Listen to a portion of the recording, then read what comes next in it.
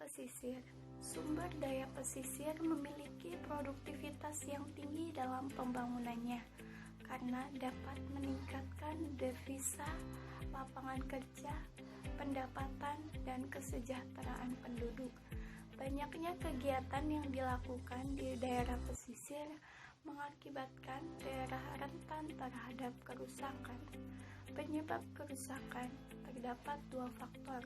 Yang pertama faktor alami, yang kedua itu faktor antropogenik.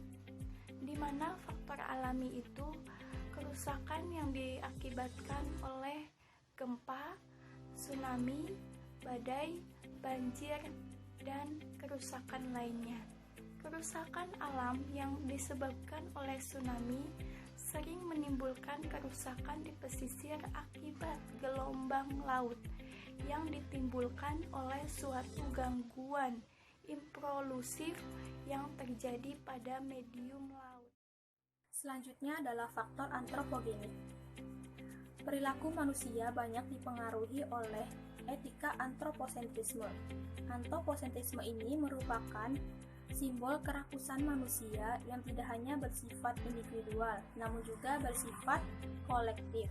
Seiring dengan berkembangnya ilmu pengetahuan, banyak muncul industrialisasi di kalangan masyarakat. Manusia tidak hanya memanfaatkan alam sebatas kebutuhannya, namun justru manusia melebihi yang dibutuhkan. Hal tersebut menunjukkan manusia mengeksplorasi alam dan lingkungan untuk mendapatkan keuntungan yang sebanyak-banyaknya, namun tidak memperdulikan dampak yang akan terjadi. Dampak akibat aktivitas tersebut dapat menyebabkan kerusakan sumber daya alam, hal ini khususnya dalam ekosistem pesisir. Berdasarkan sumbernya, kerusakan yang diakibatkan oleh antropogenik dapat dibagi menjadi dua, yaitu ada daratan dan lautan. Yang pertama yaitu daratan.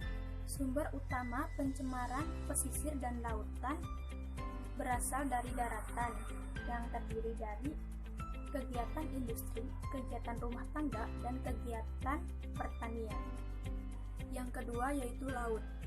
Aktivitas manusia yang dapat merusak ekosistem pesisir yaitu pengerukan sedimen dan pembuangan material hasil pengerukan, yang mana biasanya dibuang di beberapa kilometer dari pantai sehingga akan menyebabkan pencemaran bagi kehidupan perairan sekitar.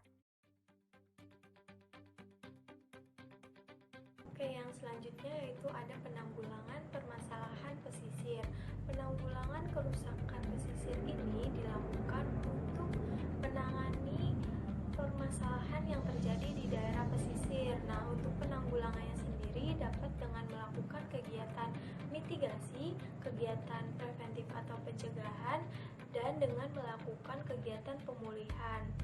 Yang pertama yaitu melakukan kegiatan mitigasi. Nah, untuk kegiatan mitigasi ini sendiri dapat dilakukan untuk menanggulangi kerusakan yang terjadi di pesisir. Nah, contoh kegiatannya dapat dengan melakukan kegiatan penanaman mangrove pada daerah yang rentan terjadi tsunami ataupun terjadi erosi. Selanjutnya yaitu dengan melakukan kegiatan preventif atau pencegahan. Nah, kegiatan preventif ini adalah kegiatan yang berupaya untuk mencegah kerusakan yang terjadi pada pesisir. Misalnya dengan penerapan AMDAL yang berupaya mencegah kerusakan pada pesisir. Nah, pada masalah limbah domestik dapat dilakukan dengan kegiatan bersih pantai maupun dengan pengolahan sampah. Sedangkan pada permasalahan limbah pemanfaatan ikan dapat diolah untuk menjadi pakan ikan. Selanjutnya, penanggulangan permasalahan pesisir yang ketiga, yaitu kegiatan pemulihan, di mana kegiatan pemulihan berupa kegiatan yang berupaya memulihkan keadaan yang telah mengalami kerusakan. Jadi, kegiatan pemulihan dapat berupa restorasi, rehabilitasi, maupun rekonstruksi. Pendekatan sedimen-sel dapat menangani masalah erosi, yaitu di sekitar tepi pantai yang terbuka, dan akresi, yaitu di sekitar tepi pantai yang terlindung.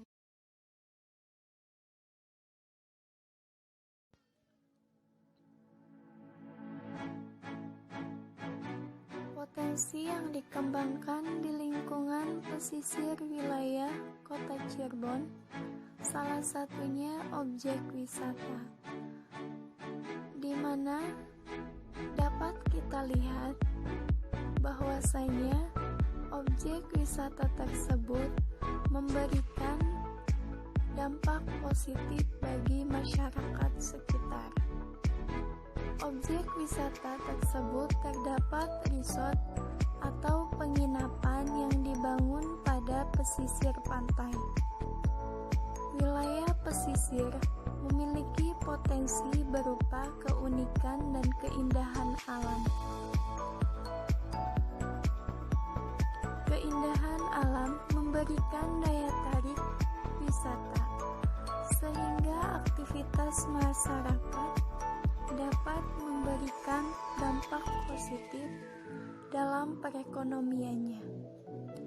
Namun, dalam perkembangannya, timbul permasalahan terkait lingkungan, yaitu adanya sampah-sampah yang berserakan di sekitar wilayah tersebut, sehingga akan mengancam rusaknya wilayah pesisir, di mana ekosistem laut akan berkurang.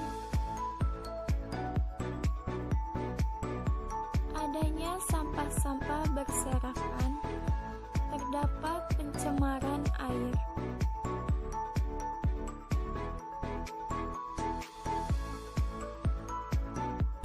Sehingga wisata tersebut terlihat tidak menarik atau keindahannya akan berkurang.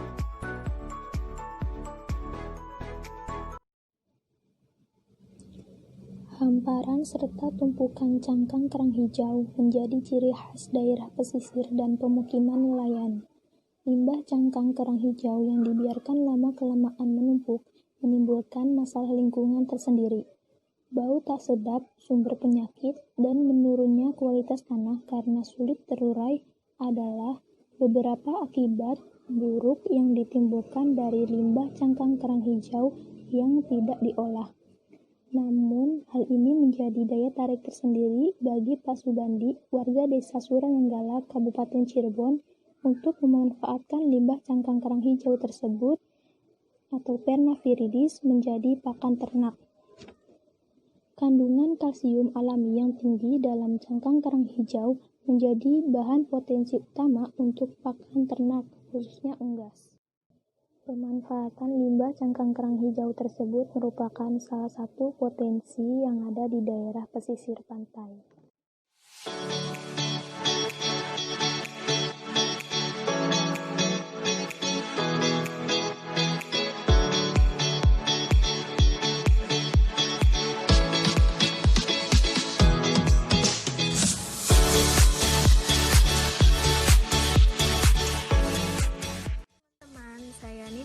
Fajrin, sekarang saya sedang berada di Kampung Garam, tepatnya di Desa Kalimenir, Kecamatan Kandang Haur.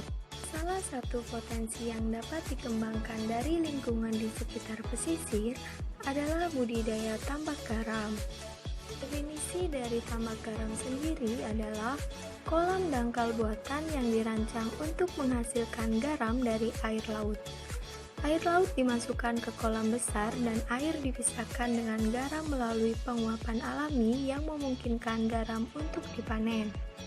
Salah satu keuntungan yang diperoleh ketika mempunyai tambak garam adalah bisa mendapatkan keuntungan finansial secara berkelanjutan. Namun, tidak semuanya merencanakan membangun tambak garam hanya untuk meraih keuntungan saja, tapi ada tujuan lain, yaitu untuk membantu menuntaskan masalah pengangguran. Permasalahan sumber daya tambak garam diantaranya yaitu adanya efek samping kegiatan ekstraksi garam terhadap produktivitas daerah sekitar, lalu memberikan pengaruh negatif terhadap rantai makanan dalam ekosistem wilayah pesisir. Selanjutnya, Banjir di daerah tambak garam dapat mengakibatkan pencemaran. Terjadi peningkatan kadar salinitas di perairan sekitarnya. Pada tambak garam terdapat alat tepat guna yang juga ramah lingkungan terbuat dari pipa paralon, kayu, dan besi. Papan kayu atau dari barang bekas dibuat baling-baling yang berfungsi membuat putaran. Dengan bantuan alat mirip tuas putaran itu pun disambungkan dengan tongkat kayu atau besi yang bagian bawahnya dibuatkan klep dari bahan bekas mobil. Klep yang berfungsi untuk menaikkan air dimasukkan dalam pipa paralon, tergantung dari kebutuhan air yang akan dinaikkan. Semakin besar pipa paralon, air yang dinaikkan debitnya banyak. Begitupun sebaliknya. Dengan penggunaan kicir ini, petani bisa bekerja lebih ringan.